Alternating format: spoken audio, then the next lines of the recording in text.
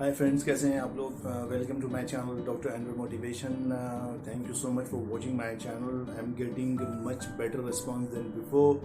Everybody is trying to be asked me different questions, different queries, different problems. So I just like to, I'm very glad to provide them the particular ample answer towards their problem. So बहुत खुशी है मुझे कि Aahista Aahista day by day channel grow करने के रास्ते पे है। यही हमारा एम है कि परफेक्ट लाइफ और healthy life, unnecessary without any nonsense reason हम अपनी लाइफ को स्पॉइल कर लेते हैं या अपनी परेशानी को एक्यूट या क्रोनिक बना लेते हैं, जो बहुत ठीक नहीं है। सो एम यही है कि आप थोड़े अवेयर हों। आजकल बहुत ज़्यादा हो रही है। वो परेशानी का नाम है और डिफॉर्मिटी का नाम है फ्रोजन शोल्डर। बहुत कॉमन वर्ड है, आपने ज़रूर सुना ही है फ्रोजन शोल्डर। जो लोगों को फ्रोजन शोल्डर होता है, ये फ्रोजन शोल्डर क्या है और क्यों होता है, क्या इसका ट्रीटमेंट है, तो ये 3 चीज़ों पे मैं आज बात करूँगा। काफ़ी मिथ्स हैं, काफ़ी वॉक्स हैं डिफरेंट कि ये ठीक नहीं होती, ये नहीं होती। लोग सेल्फ प्रेडिक्शंस करते हैं, प्री कंसीव नोशन करते हैं और सेल्फ ट्रीटमेंट करते हैं। तो इन लोगों के लिए ख़ास तौर से मेरा एक मैसेज ये है कि फ्रोजन शोल्डर भी एक ऐसी परेशानी है जो 100% ठीक हो जाती है, क्यूरेबल है। फ्रोजन शोल्डर क्यों होता है, सबसे बड़ी बात ये है। फ्रोजन शोल्डर मेल फीमेल किसी को भी हो सकता है। हाँ, बच्चों को नहीं होता नॉर्मली, ठीक है। और ये बड़े को किसी को भी हो सकता है। मोस्ट प्रोमिनेंट 3 इसके रीज़न हैं होने के। कभी कभी 4th रीज़न भी डेवलप हो जाता है, लेकिन सबसे पहले 3 रीज़न हैं। सबसे पहला रीज़न है इसका डायबिटिक होना। आपकी डायबिटीज़ अगर हाई रहती है, मोस्टली हाई रहती है, आप उसकी अपनी डायबिटीज़ की केयर नहीं करते, तो फ्रोजन शोल्डर आपको होना ही होना ज़रूरी है। दूसरा स्पेसिफिक रीज़न है इसका, आपका कोई ट्रॉमा, कोई एक्सीडेंट होना, कोई फॉर्मल डाउन होना। अगर आप कहीं से ज़्यादा फोर्स से गिर गए कहीं पे, या आपका कोई ट्रॉमा हो गया, या कोई जर्क कितना लगा, इतना कोई, दिस इज़ कॉल्ड ट्रॉमा। अगर कोई जर्क भी लगा, आपने कोई ज़्यादा वज़न एकदम उठा लिया, फिर आपको झटका आ गया आपके किसी भी शोल्डर में, तो ये दूसरा रीज़न है। हाँ, अगर कोई ऐसा ट्रॉमा होता है, झटका आता है, तो फ्रोजन शोल्डर फ़ौरन नहीं होता। ये महीने, 2 महीने, 3 महीने और 6 महीने के बाद भी डेवलप हो सकता है।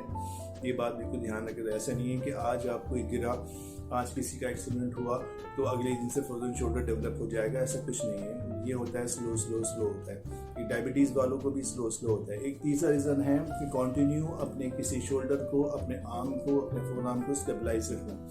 अगर किसी को कोई फ्रैक्चर हो गया, अगर किसी को कोई प्रॉब्लम हो गई हाथ में, अगर उसका स्टेबलाइज रहा हाथ 2 हफ्ते के लिए, 3 हफ्ते के लिए भी, या 4 हफ्ते के लिए, या किसी भी टाइम के लिए, 2 हफ्ते से ज़्यादा, तो ये फ्रोजन शोल्डर बाद में डेवलप हो जाता है।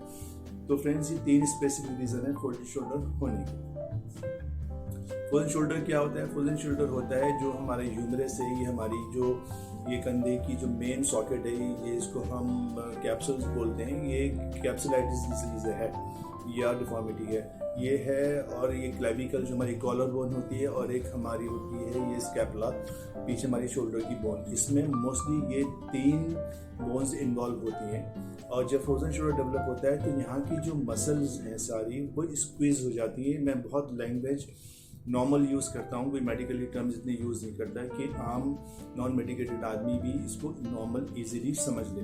तो ये जो गोल जो हमारी बोन होती है ह्यूमरस की, जो हमारी कोनी तक जाती है, एक क्लेविकल जो हमारी कॉलर बोन कहलाती है, और एक हमारा पीछे का एक पूरा स्कैपुला होता है, एक चौड़ी सी हड्डी होती है। नॉर्मली ये 3 इसमें इन्वॉल्व होती है। और यहाँ की जितनी भी मसल्स हैं, ये सब जब कोई झटका लगता है या डायबिटीज़ ज़्यादा होती है, तो ये स्लो में स्क्वीज या नैरो होनी शुरू हो जाती है। फ्रेंड्स, अभी थोड़ी लोकेशन थोड़ी चेंज हो गई है। अब असल में दूसरे रूम में था, अब मैं दूसरे रूम में आके थोड़ा शूट कर रहा हूँ। रीज़न ये है कि वहाँ थोड़ा सा आउटर नॉइज़ बहुत आ रहा था। ये तीनों बोन इफ़ेक्ट करती हैं फ्रोज़न शोल्डर में। इसके ऊपर जो टिश्यूज़ होते हैं, सिर्फ ये ब्रीफ कराने का मतलब है, जो टिश्यूज़ होते हैं, टिश्यूज़ ज़्यादा सब अटैच्ड होते हैं हमारे। एक लेयर्स होती है टिश्यूज़ की हर जगह, जो मसल से इंटैक्ट होते हैं। सो जब हमारा फ्रोज़न शोल्डर की डिफॉर्मिटी आती है, तो जैसे मैंने बताया था कि नर्व्स हमारी और इफ़ेक्टेड हो जाती हैं ब्लड सर्कुलेशन की वजह से, और मसल्स हमारी नैरो हो जाती हैं, कुछ श्रिंक हो जाती हैं। दैट इज़ तभी हमारा रेंज ऑफ मोशन हमारा रेस्ट्रिक्ट हो जाता है। ये फ्रोजन शोल्डर की सबसे बड़ी इंडिकेशन है। और इससे पूरा area, front collar bone plus chest, thoracic जो बैक साइड होती है, सर्वाइकल एंड ह्यूमरस, कभी कभी पेन पूरा रेडिएट होता है, ये सब मैंने बताया। तो ये बर्साइटिस के कैप्सुलाइटिस होता है। कैप्सुलाइटिस यही होता है जैसे बोन का अपर एरिया जो होता है head, this is called capsules होते हैं, तो ये कैप्सुलाइटिस है फ्रोजन शोल्डर।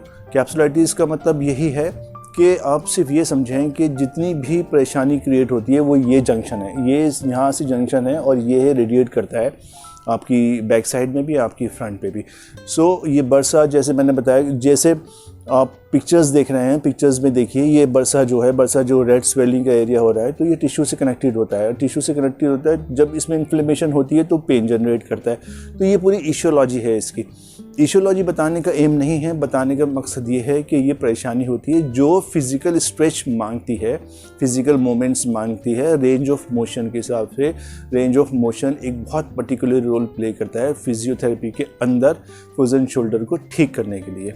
तो थोड़े दिन का ट्रीटमेंट है, थोड़े दिन के ट्रीटमेंट के बाद आप बिल्कुल अपने फ्री अपने मूवमेंट्स हो जाएंगे किसी भी टाइप के।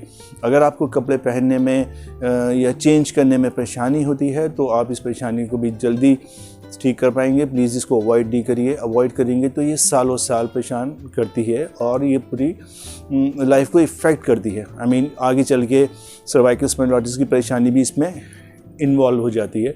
ये एरिया बहुत स्टिफ हो जाता है सर्वाइकल का, सी लेवल का, जो C1 से लेकर C7 हमारा सर्वाइकल होता है। तो ये थोड़ी बहुत इन्फॉर्मेशन आपकी देनी ज़रूरी है, लेकिन इसका अगर क्लिनिक, वही मैंने बताया कि क्लिनिक पे आप नहीं जा पाते तो आप घर पे भी कुछ ये पर्टिकुलर एक्सरसाइज करिए जो मैं आपको पिक्चर्स दिखा रहा हूँ। इन एक्सरसाइज से सिर्फ 15 minute maximum half an hour आप निकालिए और देखिए कि आप फ्रोजन शोल्डर को बहुत ईजिली ठीक कर पाएंगे। इसको ऐसे ही मत छोड़िए। बस ये है सिर्फ एक अवेयरनेस का तरीका कि आप इसको ऐसे मत छोड़िए। ऐसे छोड़ेंगे तो ये और ज़्यादा रिस्ट्रिक्ट होगा और ज़्यादा आपके लिम्स, आपके जो जॉइंट्स हैं और आपकी जो मसल्स हैं, इनको इम्पैक्ट करेगा, इनको इफ़ेक्ट करेगा और परेशानी डे बाय डे बढ़ेगी। अगर आपको किसी भी मूवमेंट में, फ्लेक्शन, एक्सटेंशन, सर्कमफलेक्शन में या किसी भी अबडक्शन में, अबडक्शन कहते हैं just give away your hand to be right, this is called abduction, या फिर फ्लेक्शन या फिर एक्सटेंशन पीछे करने में जो भी पोजीशन है और इसमें पेन आपको नहीं है तो आपको कोई प्रॉब्लम नहीं है, कोई फ्रोजन शोल्डर नहीं है। अगर आपको कंटिन्यू पेन है कपड़े पहनने में, उतारने में या इस किसी भी मोमेंट में आपको पेन हो रहा है और पेन आपके नीचे तक आ रहा है या इस पोर्शन तक, इस सॉकेट बॉल तक आ रहा है, तो इसका मतलब आप फ्रोजन शोल्डर है। तो ये तो हो गई इसके होने की वजह, और इसके होने में क्या होता है ये मैंने बता दिया। अब है इसका ट्रीटमेंट क्या है। वही मैंने बताया कि इसका ट्रीटमेंट सक्सेसफुल फिजियोथेरेपी है। जब तक हम उसको, इस मसल्स को दोबारा रेंज ऑफ मोशन करके पूरी उनकी लेंथ नहीं बनाएंगे, उनकी लेंथ नहीं करेंगे, तो फ्रोजन शोल्डर कभी ठीक नहीं होता।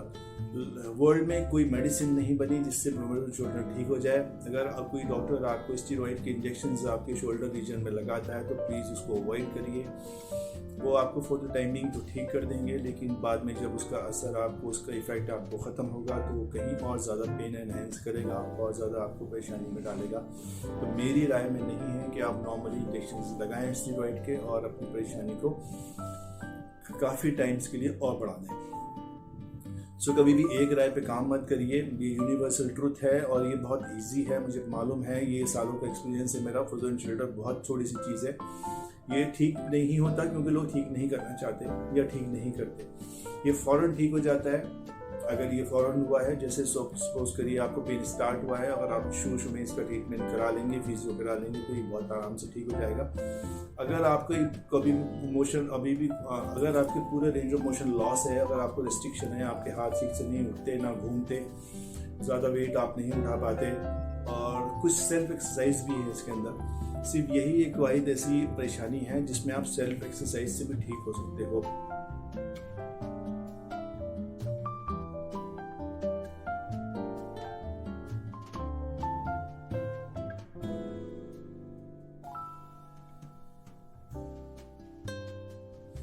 तो ये है फ्री कंसल्टेशन आपको। तो thank you so much watching my channel. कुछ पूछना है, जैसे मैं हर बार कहता हूँ, कुछ इंक्वायरी करनी है तो डिस्क्रिप्शन में डिटेल है, you can ask me any kind of question which you don't have any answers. ठीक है, अगर इवन दो आपने फिजियो भी कराई और आपका फिजियो फिर भी ठीक नहीं हुआ, उसका भी एक स्पेसिफिक रीज़न होगा, नाम उसे शेयर करें, मैं बताता हूँ कि उसका क्या रीज़न होगा। या तो एक्सरसाइजेस, ट्रीटमेंट आपका ठीक नहीं हुआ, या आपने ठीक से नहीं करा, दोनों में से एक बात होगी। So thank you so much once again, and wait for my another video which is related to your life. We must be healthy life. Thank you so much. Bye bye.